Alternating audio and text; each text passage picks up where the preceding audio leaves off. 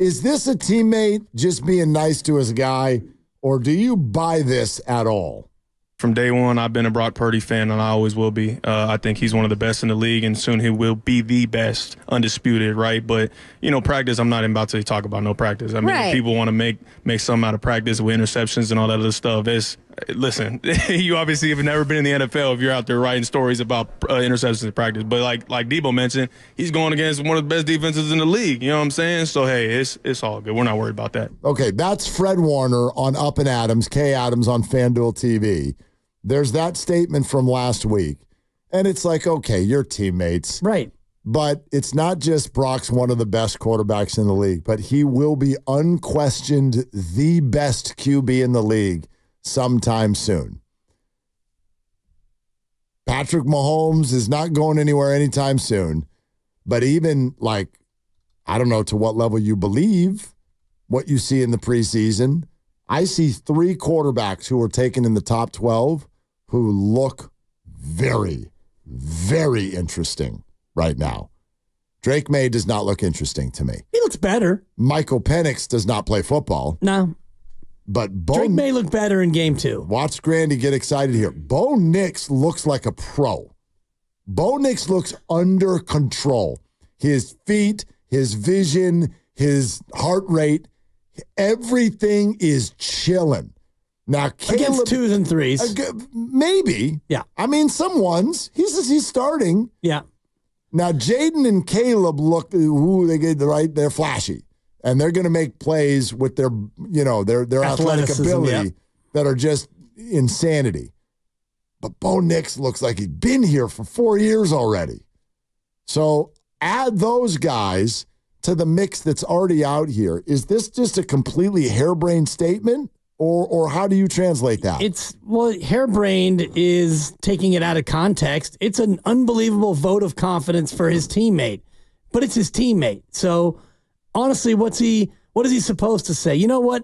When all's said and done, he's going to be a solid top 10 quarterback in this league. No, he probably went too far with his praise for Brock Purdy, but he's entitled to his opinion and he sees it up close. But when you just take that statement and you look at it under the umbrella of what's really going on in the National Football League, well, you've got a guy who's won back-to-back Super Bowls, who some people are already putting on the Mount Rushmore of quarterbacks in the history of the game. Absolutely they are. Which I think is premature, but he sure looks to be a good quarterback, and you could pick 4 or 5 or 6 or 8 other quarterbacks who have been around longer and done as much, if not more, than Brock Purdy. Is Patrick Mahomes, correct me if I'm remembering this incorrectly, the 5-year run right now goes Super Bowl victory, and then 2 years where it was Super Bowl loss, AFC championship loss, Super Bowl victory, Super Bowl victory.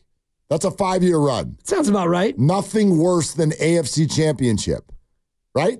Yeah, they lost in overtime to the Bengals. And then they lost the Bucks in the Super Bowl. They beat the Niners in the bowl. They lost to the Bucks 31-9 in the bowl. They lost in overtime to the Bengals in the conference championship game. Then they beat the Eagles. They beat the Niners in the Super Bowl. 5-year run. I don't think people are being premature at all. I mean, who the hell else has done that?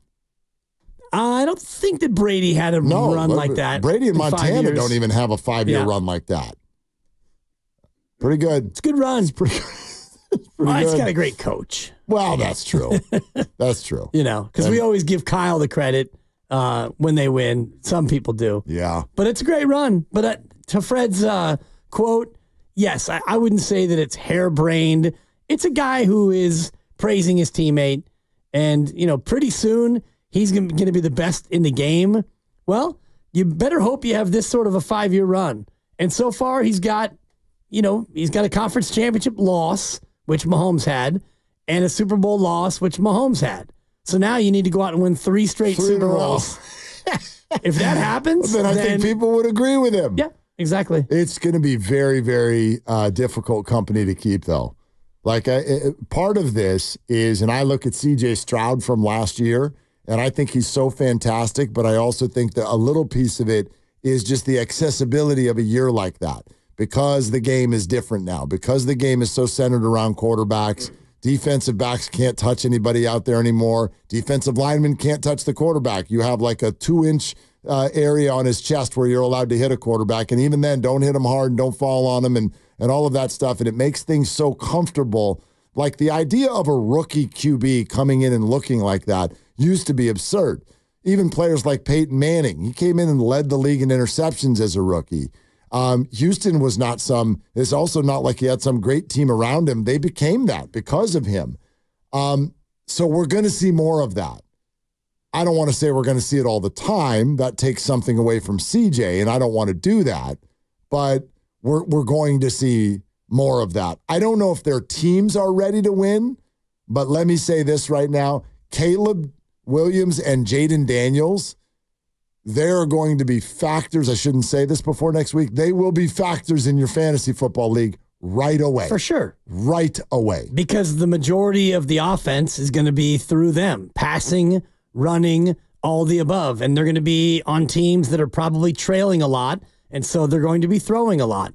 Bo Nix is an interesting one because Denver, they'll probably be better than they've been, but that's a difficult division. And I don't think that the Broncos offense is going to be that great. So Bo Nix is going to be in a spot if he wins the starting job, and it looks like that he will. It's going to be a challenge, I think, early in the year because they're not going to be that great. Even though they have a good head coach, I think that Denver, he's not going to go the Chase Young route where they were so dreadful. It's hard to really look at not Chase Young, but Bryce Young. Yes. It's hard to really look at what he was going to be or what he is because that team is so bad. By the way, there's some people on the Xfinity Mobile text line, and I see you, and this is a fair point. They're already correcting us. It's not a 5-year run, it's a 6-year run. Because prior to beating the 49ers in the Super Bowl, they were in the AFC title game that year too. There you go. And lost to the New England Patriots in a very, very close game. So Patrick Mahomes, really since he started playing, like the AFC title game could be named after him. He's there every year. Yeah, it's wild. Every single year since he really got going in the league. And last year was maybe the most impressive of all of it because everybody was saying, well, the offense isn't that great. And you were even mentioning it earlier in the show how, you look at the offense was not really as good as it had been, and yet the defense got better, and Patrick Mahomes just has a knack for winning football games. I did not think they were going to the Super Bowl at all. And am I remembering correct? It was they beat Miami in the snow in Kansas City. Then they had to go on the road and beat Buffalo? Yes, and then they went on the road and beat Baltimore. Yeah. And then as an underdog went to Vegas and beat the 49ers. Yeah. Just forget even the building. Think of that 4-game stretch in any building. Miami, Buffalo, Baltimore, 49ers. And you win them all? What are you talking about? That's absurd. Yeah. Yeah, man. So he deserves all of it. And sure, I'm not like bothered by what Fred said. That's any linebacker, they're going to pump up their QB. But you're talking about a real interesting crop right now. And as far as where Brock sits in that, I don't believe, and I've told you this before, I don't believe that the narrative will ever really, truly change. I really don't. I think Brock's entire career, and there are players who I think could be a comp for this. Just the first name that comes to mind is like maybe Eli Manning. There are players who will span their whole career and they might just have success and success and success and success. And we're just going to find reasons to be like, but they're not actually good. They're not actually good players. They're okay players. And you'll get made fun of for like, I don't know, acknowledging the good things that they do.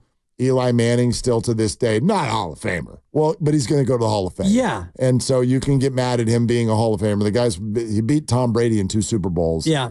That's pretty special. And that's ultimately where you get the credit. If Brock Purdy goes on to win a Super Bowl or 2, he's going to get his flowers. And that's why Eli gets it. And does he, though? Yeah, he does. I mean, I think that Eli Manning, he was a good quarterback. If he didn't win those 2 Super Bowls, we wouldn't be talking about him in the Hall of Fame. His numbers. Correct. His just raw numbers. He played a long time, and he has pretty good numbers, but Phillip Rivers had a better statistical career. But Eli Manning goes to the Hall of Fame before Phillip Rivers. Phillip's probably going to end up in there too, though. Yeah, that's one that I don't agree with, but I've stopped pushing back on that because it's probably going to happen. Yeah, where does he sit on the passing chart? In yards? Yeah. I think he's like 8th, maybe even higher, 6th. He's up there. All-time NFL. He was a career aggregator. Passing leaders. Yeah, I mean, sure, you can make that argument. I don't think that's, Phillip Rivers number 6 all time. Yeah.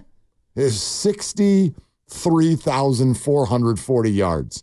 And if you just want the company he keeps, like the top 10, Brady, Breeze, Manning, Favre, Roethlisberger, Rivers, Ryan, Marino, Rodgers, Eli Manning. Yeah. They're all going to go. But you also notice they're all from the exact same era. Yeah, for the most part. Yeah. And which is why I think we're going to keep seeing this. But if you run through that list, the majority of those guys, or a lot of those guys, have Super Bowl rings. Matt Ryan doesn't. Rivers doesn't. Yep. Everybody else does. Marino, I think you also mentioned him. He doesn't have one. Marino. Yeah, and stats have gotten skewed now. Rivers the only one who's never even been to a Super Bowl. Yeah. Never even been. But I do think it's interesting about Brock Purdy, but Super Bowl changes everything. But, you're sitting here on this rookie deal and you're still Mr. Irrelevant.